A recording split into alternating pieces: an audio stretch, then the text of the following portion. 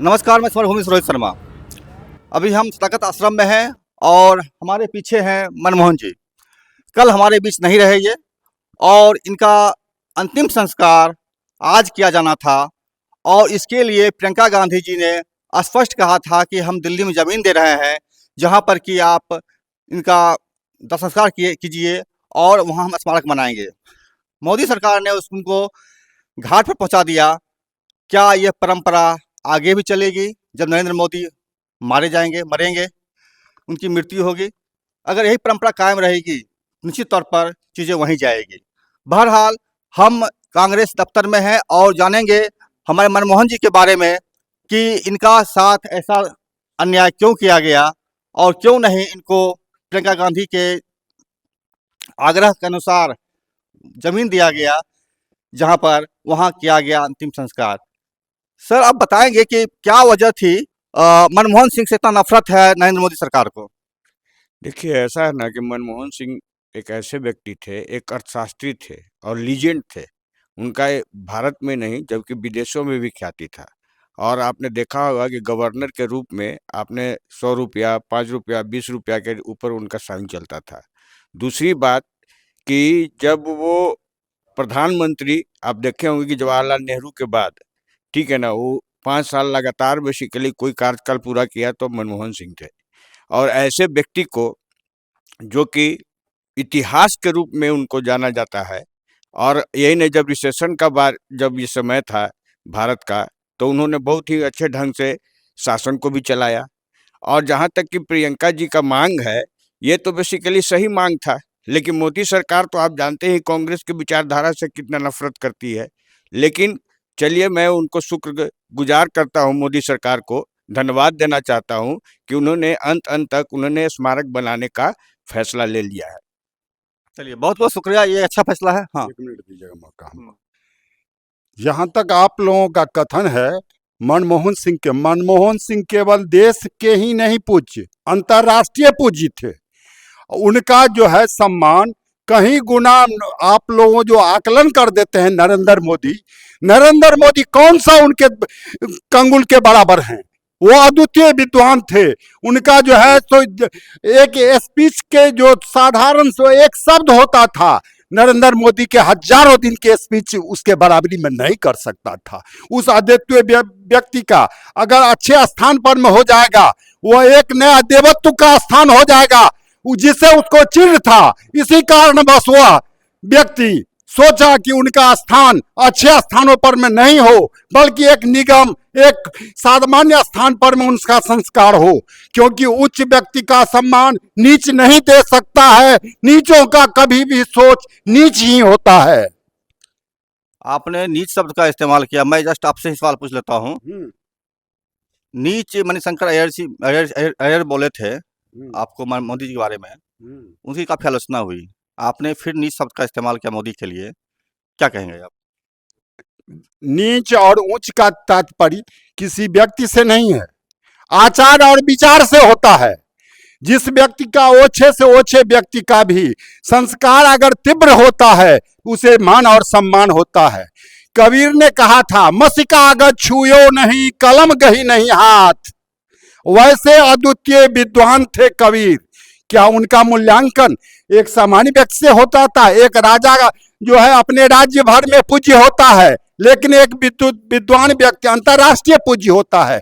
और उस अंतर्राष्ट्रीय पूज्य के रूप में मनमोहन सिंह थे, जिन्हें की जगत उन्हें सम्मान करता था। बहुत बहुत शुक्रिया आपका। आप बताएंगे कांग्रेस के जो हमारे नेता रहे हैं सोनिया गांधी जी, उनके बारे में कहा जा रहा है मोदी जी की तरफ से या भाजपा की तरफ से या आरएसएस की तरफ से, मनमोहन जी कठपुतली थे उनके। क्या कहेंगे आप? Remote control. देखिए, बात ऐसा है कि अभी 2014 के बाद जो केंद्र में सत्ता में बैठी है सरकार, वो दोनों, नरेंद्र मोदी और अमित शाह, देश की हालात और देश की आप लोग किसी से नहीं छुपा हुआ है। अब वो कुछ भी बोल सकते हैं, उस परिवार पे भी उंगली उठाने में वो बाज नहीं आते हैं, जिस परिवार ने देश की आज़ादी में अहम रोल अदा किया, जिस परिवार ने देश के लिए अपना सर्वोच्च बलिदान दिया, उस परिवार पर भी वो कटाक्ष करने से बाज नहीं आते हैं। तो अब उन पे उस पे उनके ऊपर तो टिप्पणी हम कर नहीं सकते हैं कि भाई उनकी मानसिकता क्या है। अब रही बात कि जो देश के हालात है, उस देश पे हालात पे जब से वो सत्ता में बैठा है, महँगाई, बेरोज़गारी ये सब चरम सीमा पर है। अभी देश में 2 टर्म के पूर्व prime minister doctor Manmohan Singh ji ने के निधन पर भी आप लोगों ने देखा कि किस तरह से उनके मतलब लास्ट जगह देने की भी बात आदरणीय प्रियंका गांधी जी के द्वारा दिया गया, लेकिन वो एक्सेप्ट नहीं किए। मतलब इनकी मानसिकता क्या है, अब वो तो बेहतर वही बताएंगे कि देश को किस हालत में ले जाना चाहते हैं।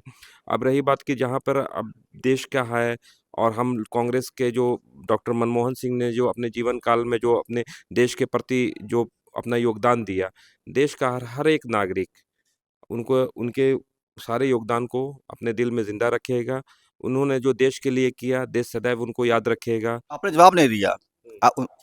मोदी जी का आरोप है या भाजपा का आरोप है कि मनमोहन जी कठपुतली थे सोनिया गांधी के या उनका रिमोट कंट्रोलर थे। देखिए, मनमोहन सिंह जी कम बोलते थे, लेकिन उनके कलम की ताकत इतनी थी कि वो दूर तक आवाज़ जाता था। अब जब से 2014 से वो सत्ता में बैठे हैं, वो बहुत बोलते हैं। उनके बोलने में कोई कमी नहीं है, उनको रोका नहीं जा सकता है, दोनों मिल कर के। लेकिन कार्य क्या है, धरातल पर क्या काम है, वो आप भी देख रहे हैं, हम भी देख रहे हैं। जितने भी योजनाएँ उन्होंने दिया, 2 करोड़ रोज़गार की बात की, वो सारा नहीं है। 15 लाख काला धन ला कर के हर एक प्रत्येक नागरिक के खाते में देने की बात की, वो कुछ नहीं। चूँकि उन्होंने बोला है, पूर्व प्रधानमंत्री स्वर्गीय डॉक्टर मनमोहन सिंह जी ने, इन्होंने अपने ज़ुबान से कुछ कम बोला, लेकिन काम ऐसा किया जिसमें राइट टू इन्फॉर्मेशन, आरटीआई, ये सारी जितने भी खाद्य सुरक्षा बिल, ये सारा इन्हीं की देन है। इनके शासन काल में एक गरीब जनता तक के जो इन्होंने योजनाएँ दी हैं, वो सारी चीज़ इनके देन है। एक हाँ। मिनट, जो आपने क्वेश्चन पूछा कि मनमोहन सिंह कठपुतली थे, ऐसी बात नहीं है। मनमोहन कठपुतली कहा जाता है। नहीं, नहीं, कहा जाता है, ये सरासर गलत है। आपने देखा होगा कि जब अमेरिका में परमाणु संधि की जब बात हुई थी, तो हम लोग कांग्रेसी लोग उसके विरोध में भी थे। लेकिन उन्होंने जाके बेसिकली उन्होंने साइन किया और दिखाया कि बेसिकली मानवता क्या होती है। तो ये कहना मोदी सरकार का सरासर गलत है। मेरा अगला सवाल रहेगा आपसे कि राहुल गांधी जी बोलते हैं कि संविधान बनाम मनुस्मृति की लड़ाई चल रही है। कितना सहमत हैं आप इससे? देखिए, संविधान की लड़ाई या बात जब मनमोहन सिंह की हो, तो इस देश ने देखा है कि कभी भी मृत्यु शैया पे जाने के बाद कोई राजनीति नहीं होती। चाहे अटल बिहारी वाजपेयी हो या हमारे मनमोहन सिंह हो, सभी देश के हैं। और देश के हर नागरिक, हर व्यक्ति के लिए हमारे प्रधानमंत्री का जो व्यवहार है, वो सकुशल अच्छा होना चाहिए था। हालांकि पूरे देश ने देखा है, अभी विगत कुछ दिनों में जो अंबेडकर साहब के साथ उनके नाम पे उछालने की बात हुई हो, उस पे राजनीति करने की बात हुई हो, या देश के देश रत्न जो देश ने आज खोया है मनमोहन सिंह जी को, उनके प्रति जो इनकी संवेदना दिखी है, जो इनकी वेदना दिखी है, और जो आपसी व्यवहार दिखा है, वह स्पष्ट करता है कि भारतीय जनता पार्टी एक गंदी राजनीति का द्योतक होता जा रहा है। दूसरी बात मैं आपको साफ शब्दों में कहना चाहता हूं कि राहुल जी के दिशा निर्देश पर, मल्लिकार्जुन खड़गे साहब के दिशा निर्देश पर, कांग्रेस पार्टी मोहब्बत की दुकान चलाने वाली पार्टी है। नफरत के बाजार में मोहब्बत की दुकान खोलने का निर्णय है हमारी पार्टी का। उसके कहीं ना कहीं मुख्य पुरोधा रहे हैं मनमोहन सिंह, और उस मुख्य पुरोधे के जाने के बाद आज जहां हर एक कांग्रेसी अपने आप को कहीं ना कहीं अक्षम फील करता है, असहाय महसूस करता है, वैसे समय में जबकि पार्टी और राजनीति से ऊपर उठ के मनमोहन सिंह जी के लिए सोचने की आवश्यकता थी नरेंद्र मोदी साहब को, लेकिन उसमें भी कहीं ना कहीं उन्होंने अपनी जो असलियत है, अपनी जो क्षमता है, अपना जो व्यवहार है, वो पूरे देश को उन्होंने दिखाने का कार्य किया है। तो ये सोच और समझ की लड़ाई है। हम जैसा कि आपको कहते हैं मोहब्बत की दुकान, जहां हम हे राम वाले हैं, जहां हमारे हे राम में त्याग और समर्पण है, वहीं उत्तेजना है जय श्री राम में। तो ये उत्तेजना की आवश्यकता नहीं, मृत्यु शैया पे राजनीति नहीं होती। और इस राजनीति का जो असर है, वो चुनाव की रणचंडी में भारतीय जनता पार्टी को भारत की जनता अवश्य दिखाएगी। आप युवा भी हैं और राहुल गांधी के जो बयान था मनुस्मृति बनाम संविधान, 25 दिसंबर को बीएचयू में कुछ छात्रों ने मनुस्मृति पर परिचर्चा आयोजित की और उनमें से 13 छात्रों को गिरफ्तार कर लिया गया। आप मोहब्बत की दुकान कैसे चलाएंगे ऐसे में? भाई देखिए, जननायक राहुल गांधी जी ने जितनी भी बात उठाई है, वो सारी बात आज सच हो रही है कि नहीं हो रही है। उन्होंने जो भी सदन से लेके सड़क तक जो आवाज़ उठाया है, जिस तरह से संविधान का अपमान किया जा रहा है, बाबा ए कौम बाबा साहब भीमराव अंबेडकर का अपमान किया गया सदन के अंदर। स राष्ट्रपिता महात्मा गांधी जी के साथ उनके इस मूर्ति पर अपमान किया गया। मतलब इन्होंने सारे ऐसे धरोहर को जो देश के लिए अपनी विभूति थे, जिन्होंने देश को सर्वोच्च दिया, अपना बलिदान दिया, अपना सब कुछ दिया, त्याग कर के एक उनके साथ ये लोग खिलवाड़ कर रहे हैं आज के डेट में।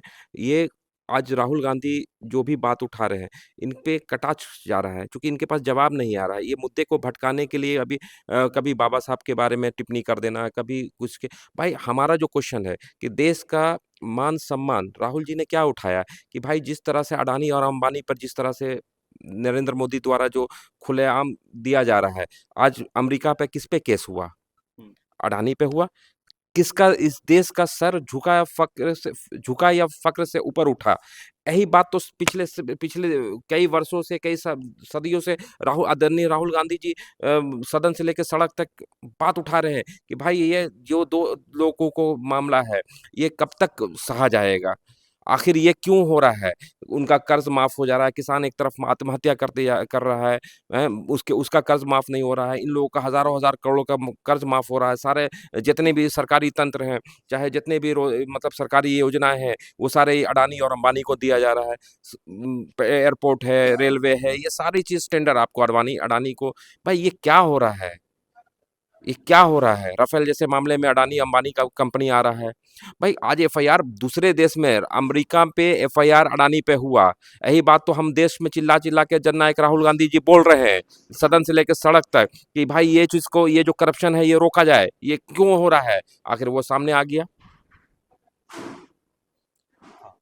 आपने जो क्वेश्चन पूछा कि संविधान और मनुस्मृति वाले क्वेश्चन, तो अभी मैं आपको ताज़ा उदाहरण देता हूँ कि अभी एक हमारी गायिका थी बिहार में, देवी जी, आपने नाम सुना होगा। उन्होंने एक भजन गाना स्टार्ट किया महात्मा गांधी का। आपने वो भजन सुना भी होगा और काफ़ी चर्चा में भी हो रहा है। रघुपति राघव राजा राम, टपी तपावन सीता राम, ईश्वर अल्लाह तेरो नाम, सबको सम्मति दे भगवान। उन्होंने बेसिकली ये जैसे ही बोला तो हमारे बीजेपी के एक नेता, जो कि बिहार के ही नेता थे और एमपी भी रह चुके हैं, और उन्होंने जोर से नारा लगाना स्टार्ट कर दिया, जय श्री राम, जय श्री राम। तो आप सोचिए कि ये मनुस्मृति को मानने वाले लोग कैसे संविधान को मान सकते हैं और बाबा साहब भीमराव अंबेडकर को मान सकते हैं। जिस प्रकार से उपहास बुलाया गया अमित शाह जी के द्वारा सदन में, जो कि सदन में संविधान के शपथ लेकर वो आते हैं, हाथ रखकर वो आते हैं कि जो मैं बेसिकली काम करूंगा संविधान के तहत दायरे में रहकर करूंगा, और वो इस प्रकार से वो बेसिकली उपहास उड़ा रहे थे अंबेडकर जी का, तो लोगों ने देखा भी। तो हम लोग बेसिकली कसम खा चुके हैं कि संविधान की रक्षा के लिए अपनी अगर प्राण भी न्यौछावर करना पड़े तो हम लोग उसके लिए पीछे नहीं हटेंगे। और राहुल जी के नेतृत्व में जो उन्होंने एक बहुत अच्छा ही कार्य लेकर बेसिकली वो भारत वर्ष में निकले हैं, उस कार्य को हम लोग सफल बना के रखेंगे। तो इससे आपको सिद्ध हो जाता है कि मनुस्मृति मानने वाले की क्या बेसिकली दशा और मानसिकता है। अभी बिहार के अंदर में डबल इंजन की सरकार चल रही है, ठीक है? JDU versus BJP. अभी लेटेस्ट खबर जो है आप देख रहे हैं कि जो छात्र आंदोलन पे बैठे हुए थे बीपीएससी का पेपर लीक मामला को लेकर करके, उन छात्रों पे बर्बरतापूर्वक लाठीचार्ज होना, ये सारे लोगों ने देखा।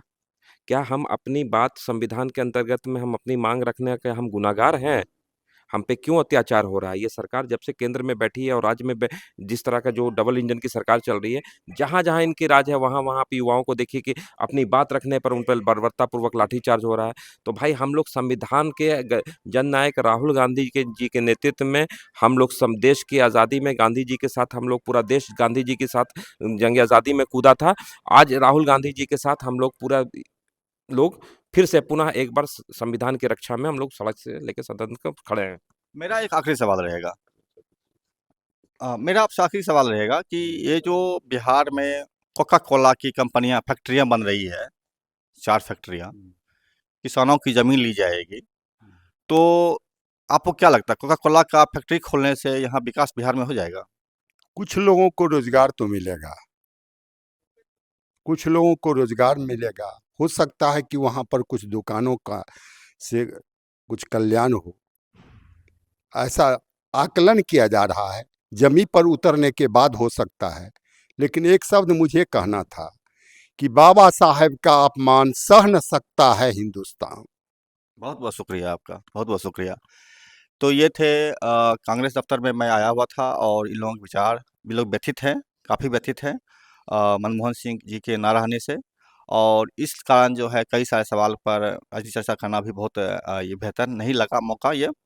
मैं फिर कोशिश करूँगा कि अन्य सवालों पर फिर से बात करूँ और बेहतर अ, आपको और बता सकूँ। अभी ये लोग व्यथित हैं मनमोहन जी के ना रहने से और फिर देखते हैं। नमस्कार, मैं समरभूमि से रोहित शर्मा। मेरे साथ जुड़े रहिए, देखिए, लाइक कीजिए, सब्सक्राइब कीजिए, शेयर कीजिए और कमेंट कीजिए।